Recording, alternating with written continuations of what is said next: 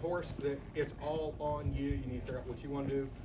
But use your resources, government and otherwise. Everyone's like, oh, well, government doesn't know what they're talking about. FEMA used to tell you needed 3 months worth of supplies. They bumped that up to 6 months, and some sources say a year. Have you been paying attention to the government messages, right? They are now wanting everyone to prepare. That's a sign, right? Watch the signs, listen to them. We're already advanced. We've already been talking about and doing this stuff.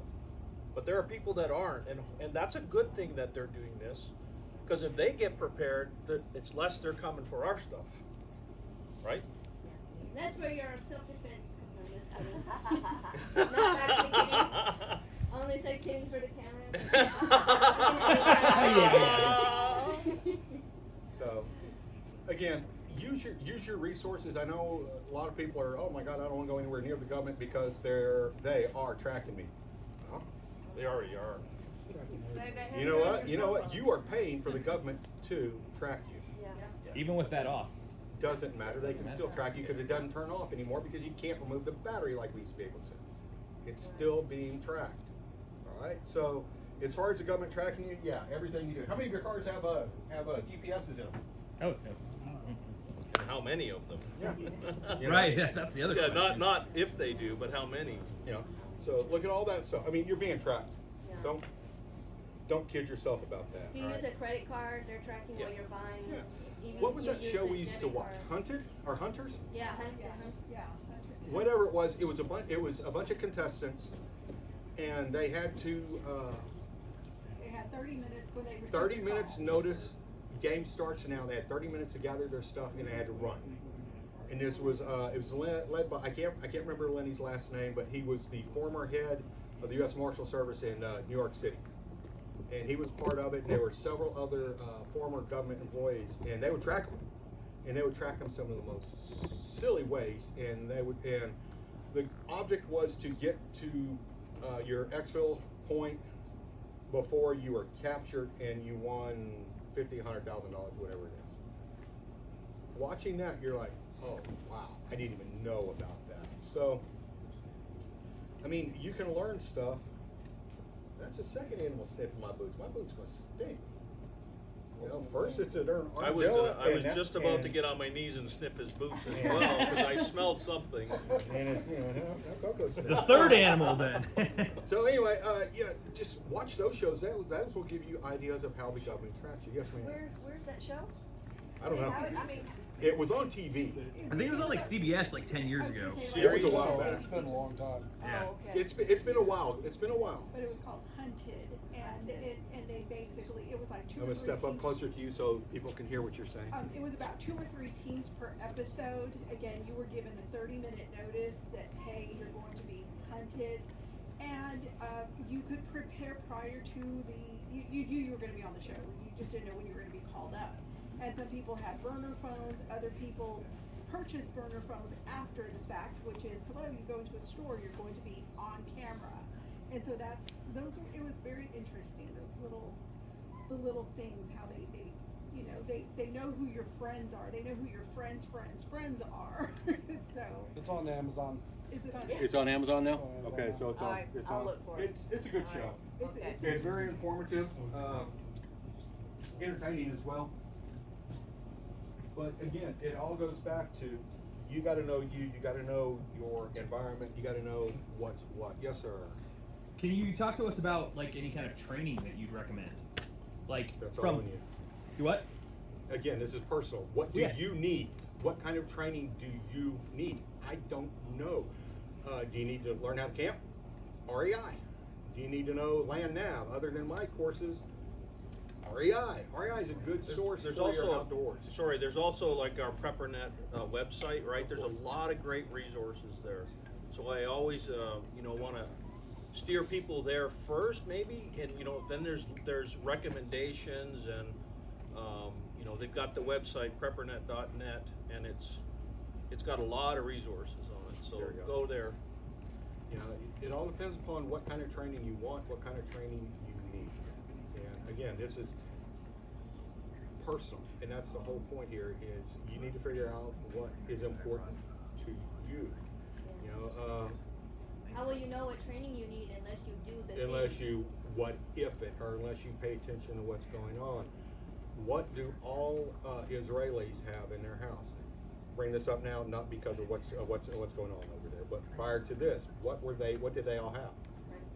They all had a bomb shelter if they could, but they had a means of securing their windows in case of a nuclear bomb, biological, or chemical attack. They could seal their house. She's fine. So they could seal their house and prepare that way. If you think that's going to become an issue, then you need to do that. Again, look at the world and figure out what is going on. What happens if we go through a fuel shortage? Do you have fuel stored? Okay, Earl. What do you recommend us preparing for and getting ready for like a biological agent being released? I don't think that's going to happen, so I don't prepare for that. That doesn't answer the question. Yeah, what was, Right. so what would, Yeah, where would actually he it go? does. Hang on a second. Actually, it does, Earl, because this is personal preparedness. Personally, I'm not preparing for this. Okay, so let me answer it. Thank you. So, I don't know, I don't have it, it would probably have to be the internet, there's lots of, let's look on the website of preppernet.net. I wouldn't know the answer to that, because I don't have that's So not in my arsenal right now. for a biological attack, there's really not a whole lot of good ways to prepare for that. You can seal your windows and whatnot, but if it's a contagious agent, it's just like the pandemic was. You seal yourself up in your house and you stay there and you don't go out. If it's a agent that's attacking the food supply or something like that, you have to have food preps. Biological agents are really difficult to prep for because they run such a wide gambit of what they're going to do. Travis, I think I bought some pills, what would they be? Iodine.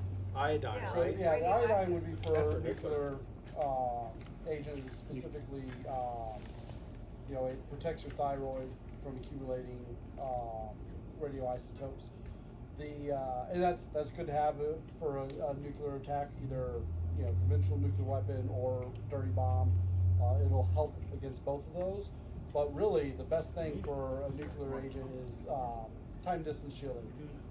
Least amount of time exposed to it, most amount of distance from it, and if you can't get far away from Or it, survival. some sort of shielding. So put as much stuff, preferably thick concrete or lead, between you and the source. Chemical, there's really not a whole lot that us as civilians can do against a chemical attack. If you have a gas mask, great, but make sure that your canisters are actually going to be able to handle it. If it's a nerve agent, most of the canisters that you can buy are going to work just fine for a nerve agent. The problem is, you have exposed skin, you're still going to get exposed to it. If you have a blister agent, you're not so much worried about the inhalation, but the canisters will still protect against that, but that's a skin exposure. You don't want that on your skin. The blood agents, so it's one that specifically attacks the blood.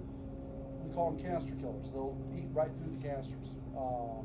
You have to change them out, every 30 minutes. We have to do a canister swap.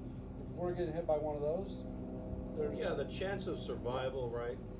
So what I read is stay indoors, Yep. if it's not in the immediate blast zone and there's a drift, you are to lock yourself down the best you can, and not go out, for days, right?